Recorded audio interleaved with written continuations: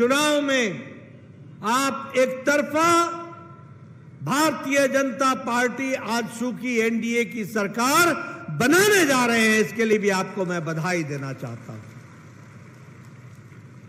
मित्रों, मैं एक बात के लिए आपको और बधाई देना चाहता हूं। अभी बीते 15 तारीख को आप लोगों ने जहां झारखंड दिवस मनाया, वहीं आपने भगवान बिरसा मुंडा जी का जन्मदिन भी मनाया।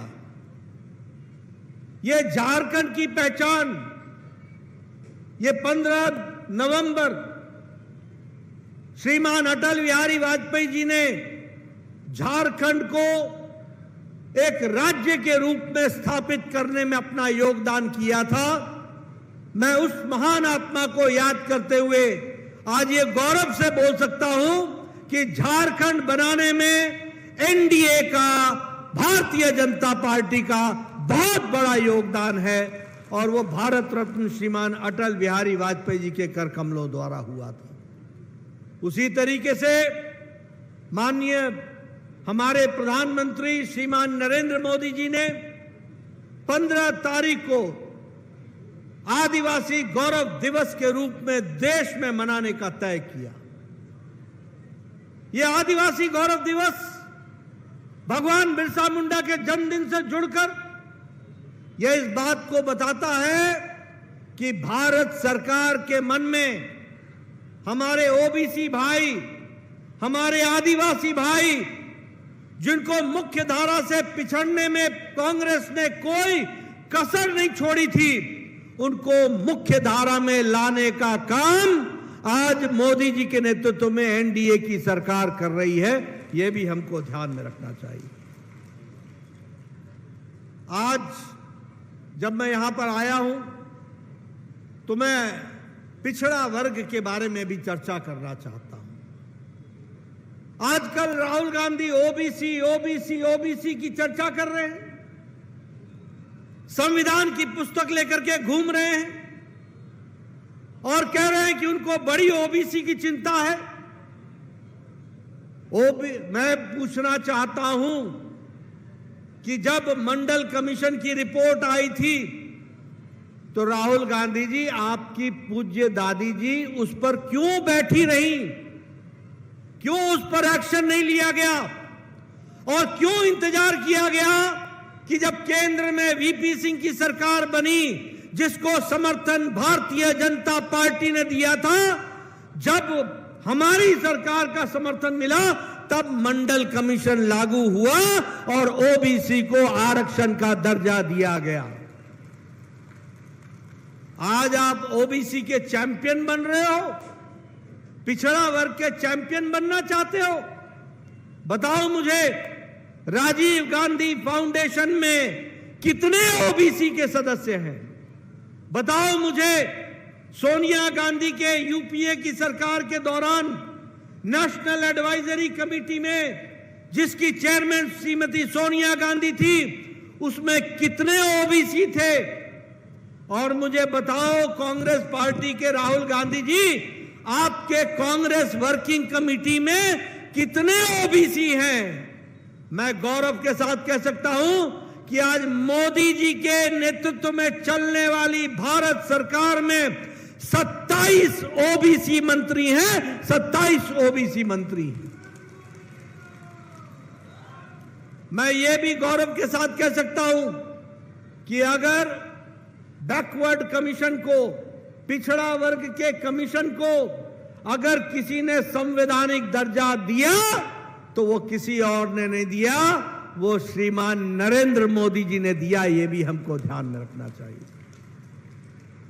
उसी तरीके से अगर मैं बात करूं आदिवासी भाइयों की, तो मैं ये कहना चाहता हूं कि यहां भी राज्यपाल श्रीमती द्रौपदी मुर्मू, हमारी आदिवासी बहन, उनको लगाने का काम नरेंद्र मोदी जी ने किया था। मैं ये भी बताना चाहता हूं कि भारत की पहली महिला आदिवासी राष्ट्रपति बनाने का काम आदरणीय नरेंद्र मोदी जी ने करके आदिवासी गौरव को आगे बढ़ाया है। आपको जानकर खुशी होगी कि हमारे आदिवासी भाइयों का बजट 3 गुना बढ़ा दिया गया है, 3 गुना हो गया है। ये एकलव्य रेजिडेंशियल ट्राइबल स्कूल, इसका बजट लंबोदर जी आपको विस्तृत रूप में बताएंगे, लेकिन 21 गुना बढ़ा दिया गया, 21 गुना बढ़ा दिया गया है। आपको जानकर खुशी होगी कि प्रधानमंत्री जनमन योजना, जिसमें आदिवासी भाइयों के गांव के लिए सड़क, आदिवासी भाइयों के गांव में स्कूल, आदिवासी भाइयों के गांव में स्वास्थ्य की सुविधा, आदिवासी गांव में पीने का पानी की व्यवस्था, ये पीएम जनमन योजना के तहत 24,000 करोड़ रुपए खर्च करके इस काम को आगे बढ़ाया जा रहा है। इसलिए मित्रों, पिछड़ा वर्ग, अति पिछड़ा वर्ग, आदिवासी, इनकी चिंता अगर किसी ने की है तो वो आदरणीय प्रधानमंत्री जी ने की है। मैं यहां ये भी कहना चाहता हूं कि चाहे पिछड़ा वर्ग हो, चाहे किसान हो, चाहे मजदूर हो, चाहे नौजवान हो, चाहे महिला हो, चाहे हमारी बहन बेटी हो, और चाहे हमारे आदिवासी भाई हो, इनकी चिंता अगर किसी ने की है तो वो नरेंद्र मोदी जी की सरकार ने की है। इस बात को हमको ध्यान में रखना चाहिए। और अब मैं ये कह सकता हूं कि झारखंड की जनता ने तय किया है कि रोटी बेटी माटी की पुकार है कि अब की बार झारखंड में एनडीए की सरकार है। इस बात के लिए हमको ध्यान में रखना चाहिए। हेमंत सोरेन की सरकार ने आप लोगों के साथ बहुत बड़ा छल किया, आपके साथ बहुत बड़ा धोखा दिया। 5 साल के उनके सरकार में गरीब और गरीब हो गया, रोजगार पर ध्यान नहीं दिया गया, दोनों हाथों से झारखंड को लूटने का काम हुआ और परिवारवाद को बढ़ावा दिया और फूट डालो राजनीति को बढ़ावा दिया और तुष्टीकरण के सहारे झारखंड को बांटने का काम किसी ने किया तो वो हेमंत सरकार ने किया, यह हम जानते हैं। और मैं ये भी देख रहा हूं कि आप लोगों में बेचैनी है, आप लोग आतुर हैं कि कब 20 तारीख आए, लंबोदर महतो को चुनाव जिताएं, आजसू के कैंडिडेट को जिताएं, बीजेपी के कैंडिडेट को जिताएं और कब जल्द से जल्द इस हेमंत सरकार को उखाड़ फेंक करके एनडीए की सरकार बनाएं। इसके लिए आप आतुर हैं।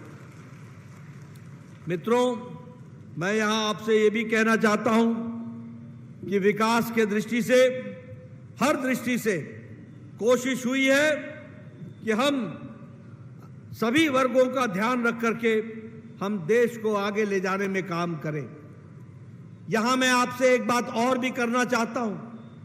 आज हमारे लिए गौरवशाली समय है कि प्रधानमंत्री मोदी जी के नेतृत्व में देश तीव्र गति से आगे बढ़ रहा है। आपको जानकर खुशी होगी कि भारत की अर्थनीति पूरी ताकत से आगे बढ़ रही है। आज कोरोना की चपेट के बाद आज अमेरिका की अर्थनीति लड़खड़ा गई है, आज यूरोप की अर्थनीति लड़खड़ाई हुई है, आज ऑस्ट्रेलिया, जापान, चीन सबकी अर्थनीतियां लड़खड़ाई हुई हैं। लेकिन अगर इंडियन इंटरनेशनल मॉनिटरी फंड बोलता है तो वो एक बात बोलता है कि अगर कहीं आशा की किरण है तो वो भारत की अर्थनीति है, भारत की अर्थनीति।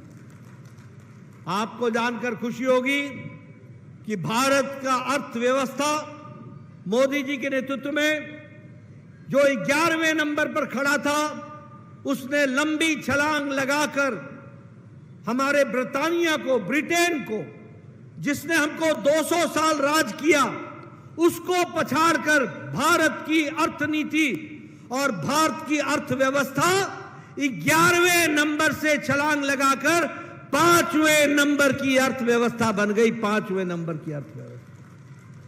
और आपने तीसरी बार मोदी जी को प्रधानमंत्री बनाया है। आपको मैं विश्वास दिलाता हूं कि इसी कार्यकाल में मोदी जी के नेतृत्व में भारत तीसरे नंबर की अर्थव्यवस्था बन जाएगी, तीसरे नंबर की अर्थव्यवस्था। और इसलिए मैं आपसे यह निवेदन करने आया हूं कि झारखंड पीछे न रहे। समय की पुकार है कि झारखंड भी इस विकास के काम में आगे बढ़े। आपको जानकर के खुशी होगी कि कृषि का बजट, एग्रीकल्चर का बजट प्रधानमंत्री मोदी जी ने 5 गुना बढ़ा दिया, 5 गुना बढ़ा दिया है।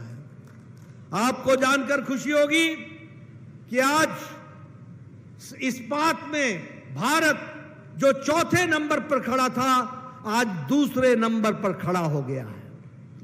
आपको जानकर खुशी होगी कि ऑटोमोबाइल मार्केट में, गाड़ियां बनाने के मार्केट में भारत जापान को पछाड़ करके आज दुनिया का तीसरा सबसे बड़ा मार्केट बन गया है भारत। आपको यह भी जानकर खुशी होगी 10 साल पहले आपके हाथ में जो मोबाइल होता था ना, उस पे लिखा होता था मेड इन चाइना, उस पे लिखा होता था मेड इन ताइवान, उस पे लिखा होता था मेड इन इंडोनेशिया, उस पे लिखा होता था made in Japan, made in Australia. आज अपना मोबाइल उठा करके देखो, उस पे लिखा हुआ है मेड इन इंडिया। आज एप्पल का मोबाइल भी भारत में बन रहा है, 97% मोबाइल आज भारत में बन रहे हैं। 10 साल पहले आपके पास जिस गणेश भगवान को आप दीपावली में पूजते, लक्ष्मी माता को पूजते, वो लक्ष्मी माता और वो गणेश भगवान भी चीन से बनकर के आते थे, वो भी भारत में नहीं बनते थे। आज आपको खुशी होगी कि भारत टॉय मार्केट में, खिलौने बनाने में आज तीसरी सबसे बड़ा मार्केट बन गया और उस दृष्टि से आगे बढ़ रहा है। मैं बतौर स्वास्थ्य मंत्री आपको बताना चाहता हूं कि दवाई बनाने में भारत ने एक्सपोर्ट में 138 गुना अपने आप को आगे बढ़ाया, 138 गुना। दुनिया में हम दुनिया की फार्मेसी बन गए हैं और दुनिया में सबसे सस्ती और असरदार दवा आज भारत बना रहा है, भारत बना रहा है। यह भी हमको ध्यान में रखना है। इसलिए मित्रों, आज इंफ्रास्ट्रक्चर में ये highways, internet, roadways, railways, Airways, इसमें प्रधानमंत्री मोदी जी के नेतृत्व में 19 लाख करोड़ रुपए पिछले 10 वर्षों में खर्च हुए हैं, 19 लाख करोड़ रुपए। और अब 10 लाख करोड़ रुपए आगे खर्च होने हैं। इस तरीके से काम चल रहा है। 50% नेशनल हाईवे ज्यादा बने हैं, 50%। 1,45,000 किलोमीटर नेशनल हाईवे बना है। वंदे भारत ट्रेन, लगभग 61 ट्रेनें वंदे भारत की चल रही हैं और उसी तरीके से विकास के काम को आगे बढ़ाया गया है।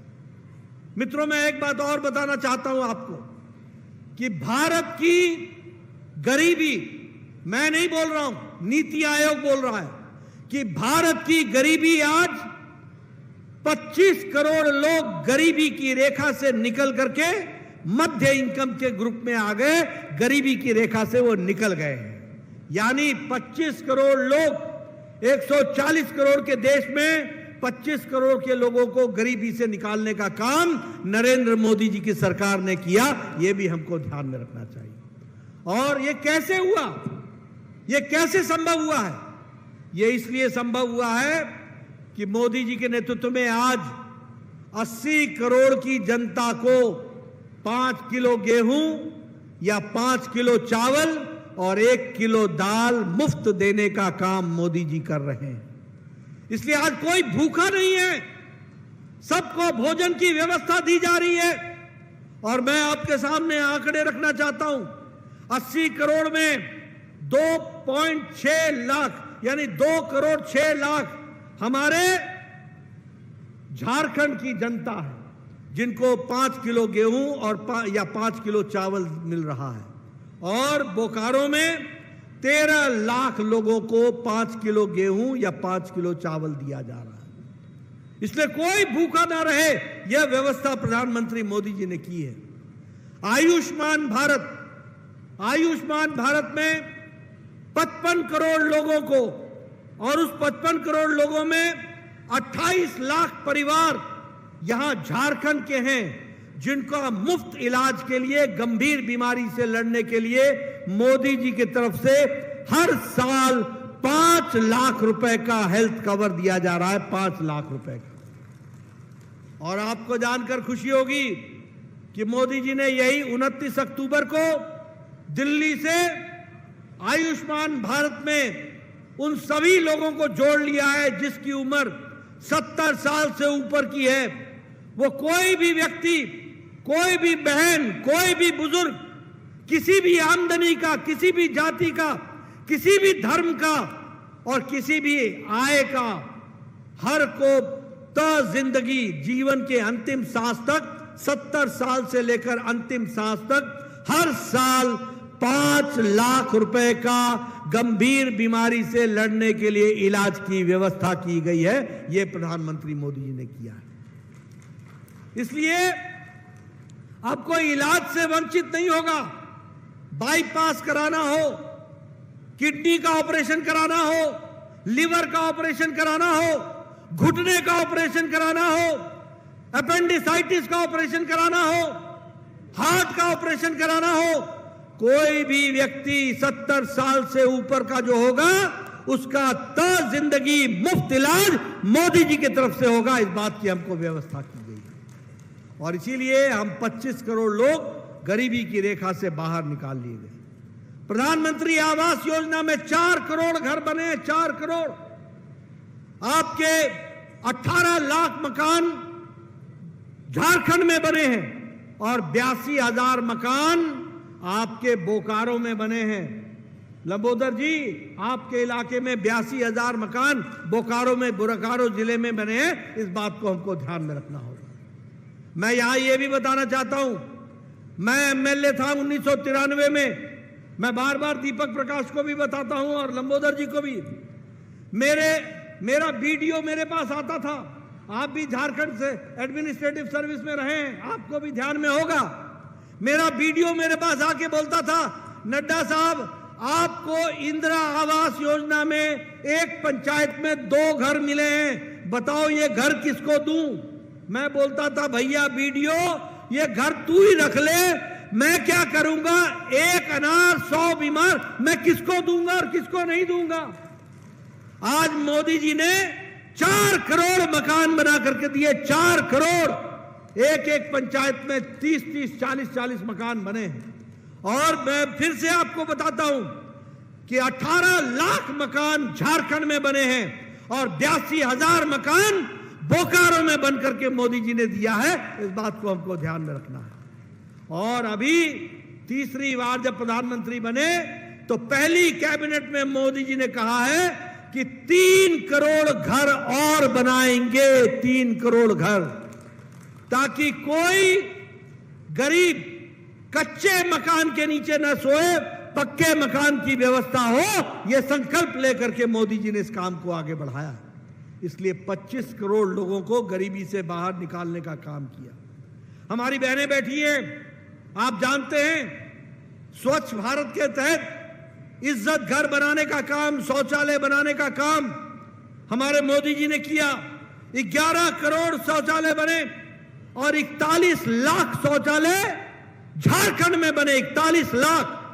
आप समझिए कैसा झारखंड होगा 10 साल पहले, जब बहनें झुंड के झुंड लोटा लेकर सूर्योदय से पहले और सूर्यास्त से इंतजार करती थी अपने दैनिक नित्य कर्म के लिए। प्रधानमंत्री मोदी जी ने 11 करोड़ बहनों को और झारखंड के 41 लाख बहनों को इज्जत से देने का, इज्जत घर देने का काम किया। तो प्रधानमंत्री मोदी जी ने किया है, ये बहनों को ताकत दी है। इसलिए आज बदलता हुआ विश्व हम देख रहे हैं। उसी तरीके से 11 करोड़ उज्ज्वला गैस कनेक्शन दिया गया। आप लोग बताइए, गांव में लकड़ी काट करके जंगल से लाती थी कि नहीं लाती थी? बताइए, लाती थी कि नहीं लाती थी? और आजकल आपको सिलेंडर मिल रहा है कि नहीं मिल रहा है? मित्रों, ये परिवर्तन आज आया है। आज जल जीवन मिशन में 11.5 करोड़ लोगों को हर घर नल, हर घर जल दिया जा रहा है।